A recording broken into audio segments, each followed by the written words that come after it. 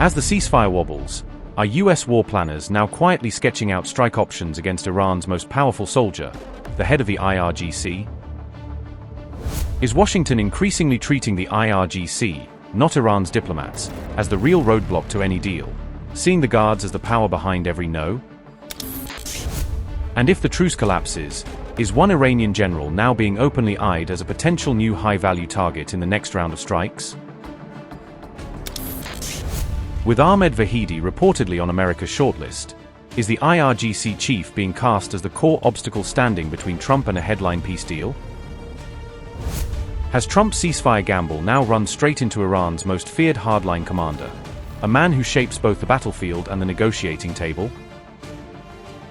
With ceasefire talks in limbo, US planners are reportedly drawing up fresh options that include targeted strikes on key Iranian leaders if diplomacy fails.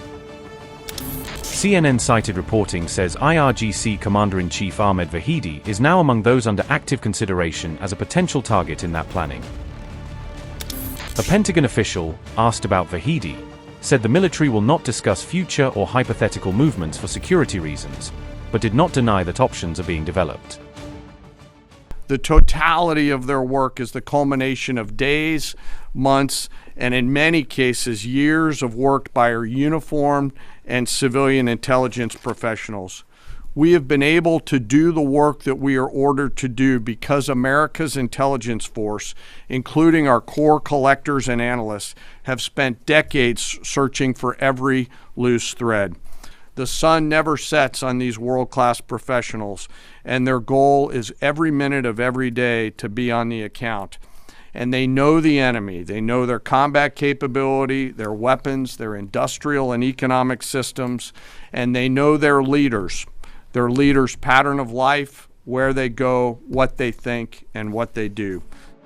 Officials say the military is presenting Trump with multiple options and that all options remain on the table if Iran is judged to be blocking peace. The CNN report marks a major escalation in rhetoric, openly singling out Iran's most powerful soldier as a possible target rather than just anonymous facilities. Targeting Vahidi would send a blunt signal that Washington sees the hardline military camp as the core obstacle to any ceasefire and sanctions relief deal. Trump's ceasefire push is increasingly grinding against an IRGC power center that deeply distrusts talks and, according to analysts, fears losing influence if a deal is signed.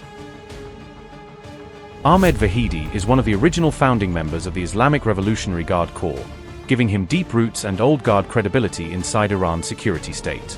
He previously led the IRGC's elite Quds force from 1988 to 1997, overseeing Iran's overseas operations and proxy networks during a critical post-war decade. 4 decades, Vahidi has operated as a behind-the-scenes power broker, linking the military, intelligence services, and hardline political factions in Tehran. On March 1, 2026, he was elevated to Commander-in-Chief of the IRGC, filling the vacuum left after his predecessor Pakpor was killed in new Israeli strikes. Analysts describe Vahidi as radical even by the standards of Iran's hardline leadership, placing him on the most uncompromising end of the regime spectrum. He has been wanted by Interpol since 2007 over the 1994 Buenos Aires Jewish center bombing, allegations that Iran firmly denies but which still shadow his name.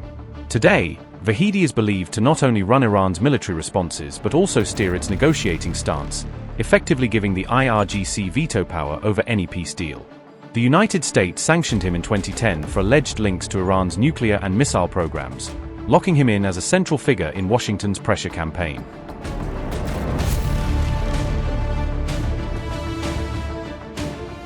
These strike discussions come as new assessments claim Vahidi and his inner circle are directing both Iran's military moves and its negotiation red lines. Multiple reports say top civilian figures can no longer make big decisions without explicit IRGC approval, underscoring how far power has shifted toward the guards. Euronews, citing Western intelligence and ISW, reported that Parliament Speaker Mohammad Bagher Ghalibaf and Foreign Minister Abbas Araghchi need IRGC clearance before committing to key terms. Mujtaba's most trusted military forces and Araghchi's diplomatic camp are now colliding in a high-stakes power struggle over who really speaks for Iran in the Hormuz crisis.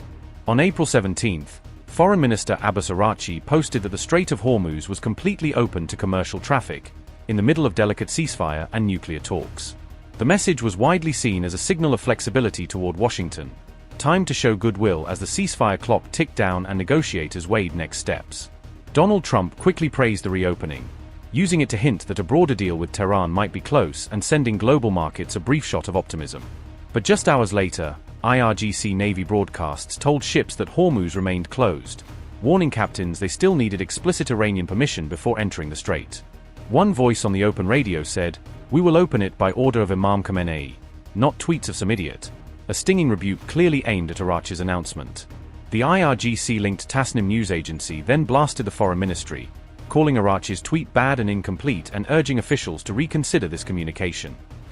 Hardline lawmaker Morteza Mahmoudi publicly demanded Iraq's removal, accusing him of gifting lower oil prices to Trump by easing market fears too soon.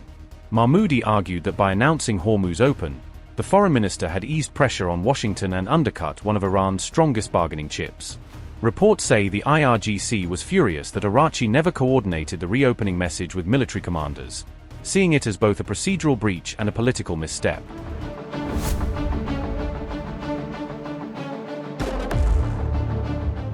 CNN says the Vahidi option sits inside a wider package of strike plans the US could activate if the ceasefire breaks down. Those options reportedly include hitting Iran's fast attack boats and mine-laying assets in the Strait of Hormuz, the Southern Gulf and the Gulf of Oman.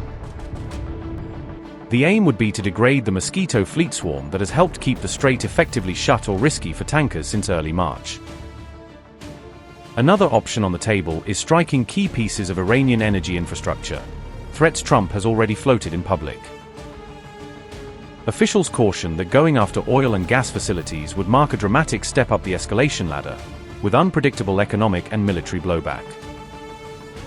Analysts warn that bombing ships and boats alone will not truly reopen Hormuz. Without a diplomatic fix with Tehran, tankers may still stay away and insurance costs will keep soaring.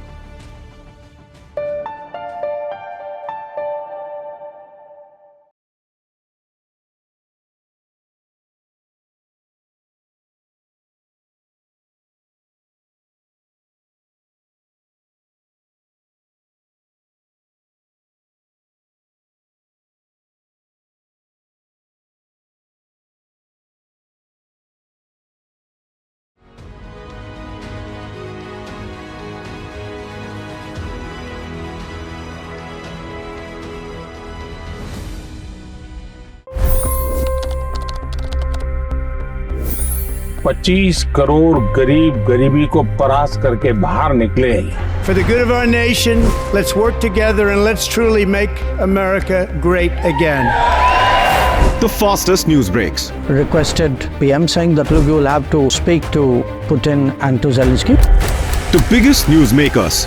The relationship with India is probably the most important bilateral relationship the US will have for the rest of this century. The capital delivered quite an election result today. Expert analysis. The million-dollar question today is how to stop this dance of death.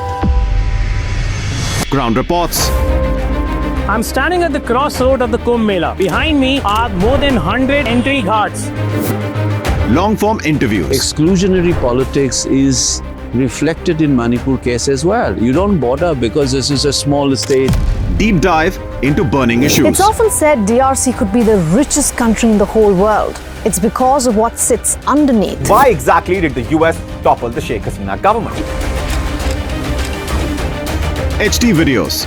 We don't just break news, we break it down.